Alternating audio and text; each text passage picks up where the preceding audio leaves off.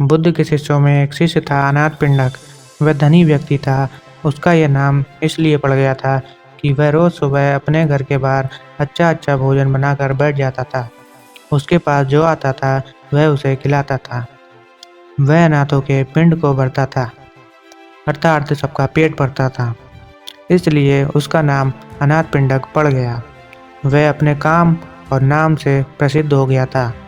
उसका यश दूर दूर तक फैल गया था। बुद्ध ने भी उसकी ख्याति सुन रखी थी। बुद्ध उन दिनों अपने हजारों सन्यासी भिक्षुओं के साथ वैशाली नगर में उपदेश दे रहे थे और लोगों को असीम शांति प्रदान कर रहे थे। अनाथ पिंडक को मालूम पड़ा कि मेरे नगर के पास ही बुद्ध अपने शिष्यों के साथ आए हुए हैं। वह उनके दर्शन करने गया। वहां पहुंचने पर उसे बुद्ध के दर्शन हो गए। बुद्ध शांति, आनंद और प्रेम की मूर्त थे। चेहरे पर मंद मंद मुस्कुराहट थी। उनके वस्त्र पीच रंग के थे और सिर पर जटाएं थीं। वे बहुत ही मीठा और नम्रतापूर्वक बोल रहे थे। उनके सैकड़ों लोग बिल्कुल शांत होकर सुन रहे थे। बुद्ध की शांति और आनंद उनके हृदय में उतर रहा था। सत्संग समाप्त हुआ। अनाथ पिंडक करीब आया, बुद्ध के चरणों में नमस्कार किया और कहा, मैं अनाथ पिंडक हूँ। कहो कैसे आए? मैं चाहता हूँ कि आप मेरे घर में पधारें। वहाँ के लोग आपके धर्म उपदेश को सुनकर लाभान्वित हों और उनका जीवन आनंद से भर जाए। बुद्ध ने कहा, ठीक है, मैं आऊँगा। तुम व्यवस्था बना लेना। अनाथ पिंडक बहुत प्रसन्न हुआ। उसने पुनः बुद्ध के चरणों में प्रणाम किया और एक ओर बैठ गया। महाकश्यप बुद्ध के शिष्य थे। उन्होंने पिंडक को समझाया कि हम यहाँ पर हजारों भिक्षु हैं, तो किसी एक के घर में रुकना संभव नहीं हो पाएगा। इसलिए अच्छा यह रहेगा कि तुम किसी खुले बाग बगीचे में व्यवस्था कर लेना। हम जैसे लोग भगवान के लिए एक छोटी सी झोपड़ी बना लेंगे और हम भिक्षु का उनके आसपास रुक जाएंगे। अनाथ पिंडक ने कहा, ठीक है, ऐसा ही होगा। वह अपने नगर लौट आया और अपने नगर में नज़र दौड़ाई कि कहाँ कहाँ पर व्यवस्था हो सकती है। उसे एक बड़ा सुंदर बगीचा पसंद आ गया।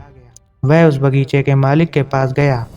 उससे जाकर कहा, मैं आपका बगीचा खरीदना चाहता हूँ। मैंने बुद्ध देव को बुलाया है उनकी सेवा के लिए और उनको यह बगीचा भेंट करना चाहता हूँ, ताकि वे यहाँ पर रहकर लोगों को धर्म का उपदेश देकर उनका जीवन धन्य कर दें।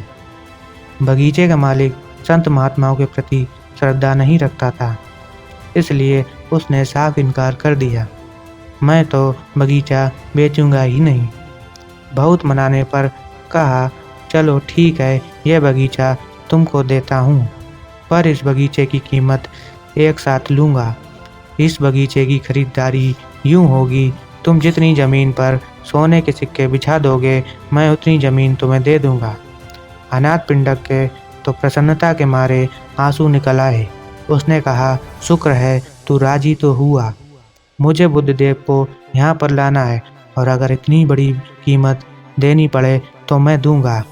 अनाथ पिंडक अपनी सारी दौलत, सारा सोना बैलगाड़ियों में भरकर ले आया। उसने सोने के सिक्कों से पूरा बगीचा पाट दिया, सोने की तह बिछा दी। वहाँ के लोग अनाथ पिंडक को पागल कहने लगे।